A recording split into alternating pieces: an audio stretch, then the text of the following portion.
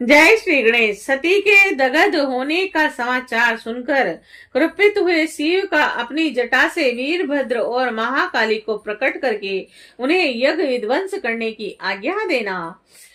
ब्रह्मा जी बोले, हे नारद, आकाशवाणी सुनकर समस्त देवता आदि आश्चर्यचकित हो गए और वे मोहित होकर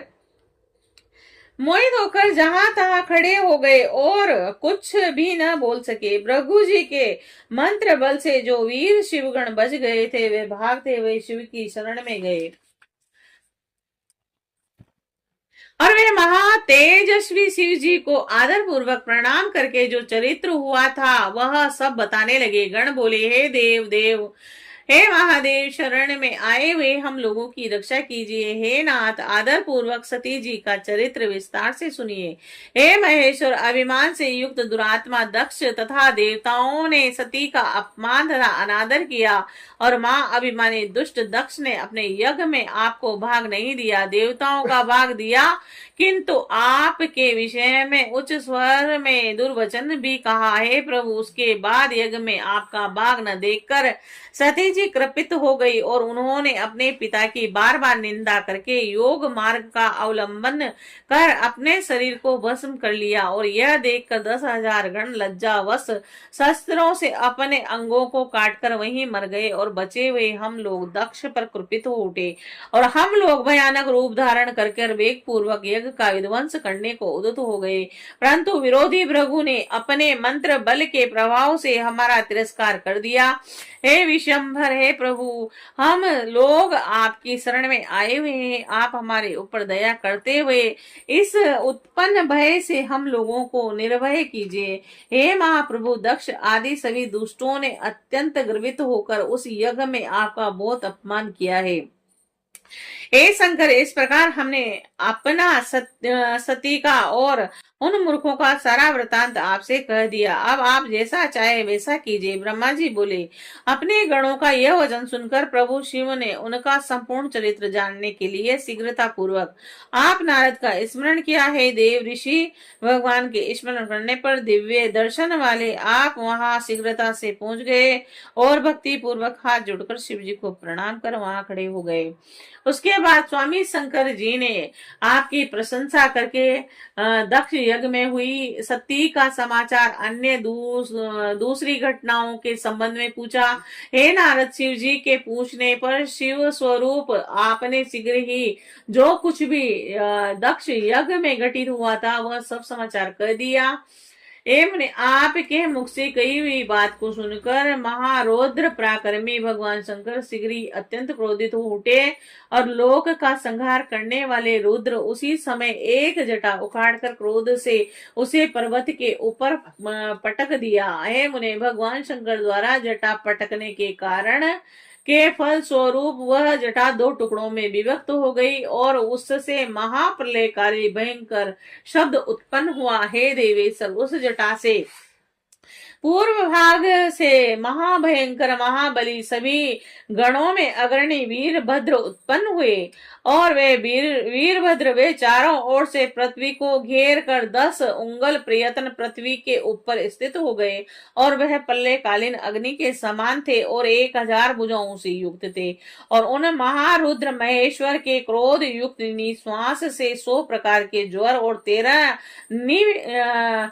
सन्निपात उत्पन्न हुए। हे तात, उस जटा के दूसरे भाग से महाकाली उत्पन्न हुई जो बड़ी भयंकर थी और करोड़ों भूतों से घिरी हुई थी और मूर्तिधारी वह सभी ज्वर कूर और संसार को भयभीत करने वाले थे और अपने तेज से ऐसे प्रचलित हो रहे थे मानो सबको जला देंगे। तद अंतर वाक्य विशारद महावीर वीरभद्र तथा हाथ जोड़कर शिव जी को प्रणाम करके कहने लगे।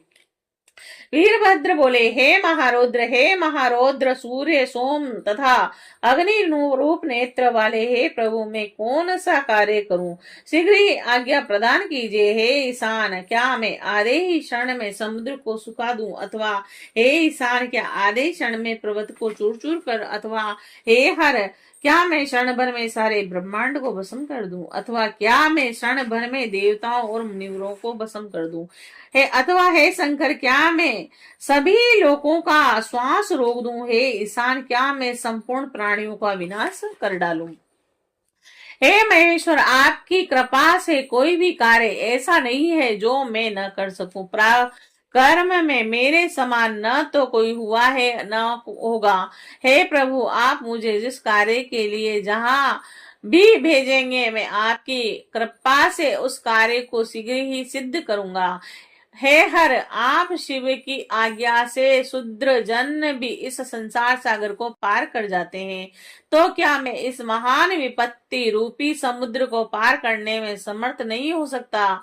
हे शंकर, आपके द्वारा भेजे गए तृण से भी क्षण मात्र में ही बिना प्रयत्न के बहुत बड़ा कार्य किया जा सकता है, इसमें संशय नहीं है। हे शंभु, यद्यपि सारा कार्य आपकी लीला मात्र से ही सिद्ध हो सकता है, फिर भी यदि आप मुझे भेज दे तो यह आपकी बहुत बड़ी कृपा होगी। हे शंभु, हे शंकर, आपकी कृपा से मुझ से ऐसी शक्ति है जैसी कि आपकी कृपा के बिना अन्य किसी में भी नहीं हो सकती। आपकी कृपा के बिना कोई एक तृण भी हिलाने में समर्थ नहीं है, यह सत्य है, इसमें संदेह नहीं है। हे शंभु, हे महेश्वर, सभी देवता आपके नियंत्रण में है और उसी प्रकार मैं भी समस्त प्राणियों के नियामक आपके नियंत्रण में हूँ। हे महादेव, मैं आपको प्रणाम करता हूँ, मैं बारंबार प्रणाम करता हूँ। हे हर, आज मुझे अपने इष्ट सिद्धि के लिए आप शीघ्र ही भेज दीजिए। हे शंभु, मेरे दाहिने अंगों में बार बार स्पंद हो रहा है। हे प्रभु, आज मेरी विजय होगी, अतः आप मुझे भेजिए। हे शंभु, इस समय मुझे विशेष हर्ष तथा उत्साह हो रहा है और मेरा मन आपके चरण कमल में लगा हुआ है, अतः पग पग पर मेरे लिए शुभ परिणाम का विस्तार होगा। हे शंभु, उत्तम आश्रय स्वरूप आप शिव में जिसकी सदृढ़ भक्ति है, उसी की सदा विजय होगी और उसी का प्रतिदिन कल्याण होता है। ब्रह्मा जी बोले, हे नारद, उनके द्वारा कहे गए इस वचन को सुनकर मंगलापति सदाशिव अत्यंत प्रसन्न हो गए। हे वीरभद्र, तुम्हारी जय हो, यह आशीर्वाद देकर उनसे पुनः कहने लगे। महेश्वर बोले, हे तात, हे वीरभद्र, शांत मन से मेरी बात सुनो और शीघ्र ही प्रयत्न पूर्वक उस कार्य को करो जिससे मुझे प्रसन्नता हो। और इस समय ब्रह्मा का पुत्र दक्ष यज्ञ करने के लिए तत्पर है। वह मां अभिमानी दुष्ट अज्ञानी विशेष रूप से मेरा विरोध कर रहा है।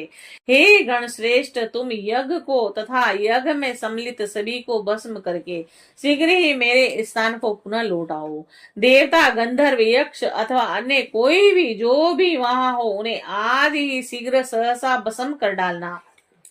वहां ब्रह्मा, विष्णु, इंद्र, यम कोई भी हो, तुम उन सब को प्रयत्न पूर्वक आज ही गिरा दो।